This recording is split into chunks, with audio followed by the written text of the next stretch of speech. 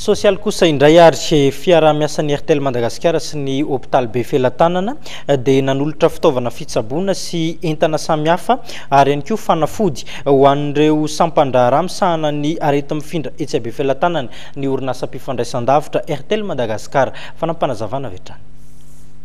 Mitentina hatrany amin'ny 20 tapitrisa ariary no natolotry ny Airtel ny sampan-draharaha mitsabo ny arety mifindra etsy amin'ny hôpitaly be Felatanana.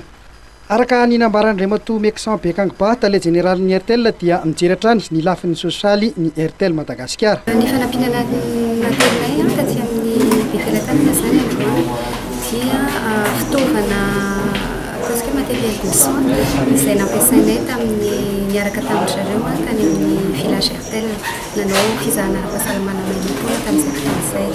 Tao anatiny koa ny entana fampiasa ao amin'ny birao zany ny seza, moala, latabatra sy ny sisa izay mitetina ny fitambaran'ireo entanareo mitetina eo amin'ny ny antony safidiananay hoe manina ny be Felatanana araka ny tenen'ny professeur Mambandrika hoe efa nisy fiaraha-miasa foana zany niaraka tamin'ny hôpitaly tamin'ny Airtel sy ny service maladie infectieuse dia fitohizan'izay fiaraha-miasa zay no antony safidiananay.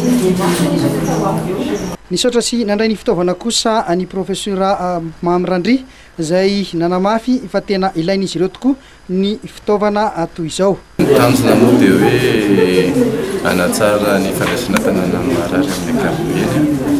Tanjona association zany ny atao service dia manome fitaovana ahafahana mitsabo ny olona zany ohatry ny hoe tensiomètre, pèse personne, fitaovana itsaboana matetika seringa dia ahafahana zany indrindrandrindra mandeha tanàna an'ireo olona tonga hoe tsy manana tonga aty amin'ny hôpitaly dia ahafahana hoe zany hoe mba mampiena ny vola amin'ny marary. Nanamafy kosa ry zareo avy eo amin'ny Airtel fa hitohy hatrany ny fiaraha-miasan'izy ireo amin'ny hôpitaly etsy be Felatanana.